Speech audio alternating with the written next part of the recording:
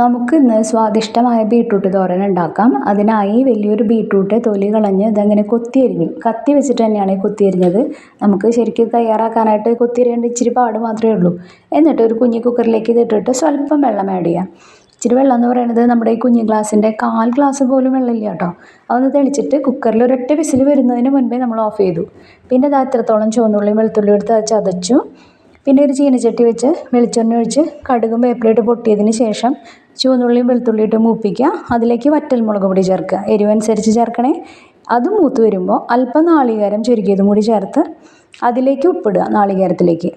എന്നിട്ട് നമ്മൾ നേരത്തെ വേവിച്ച് വെച്ച ബീട്രൂട്ടും കൂടി ചേർക്കുക. എന്നിട്ട് നല്ലോണം ഉലർത്തി എടുക്കുക.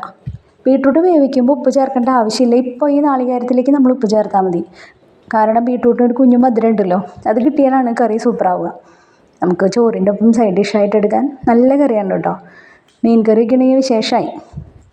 നല്ലൊരു സൈഡ് ഡിഷാണിത്. കുറേ പേർക്കൊക്കെ അറിയുന്നുണ്ടാവും. എല്ലാവരും ഒന്ന് ട്രൈ ചെയ്ത് നോക്കൂ.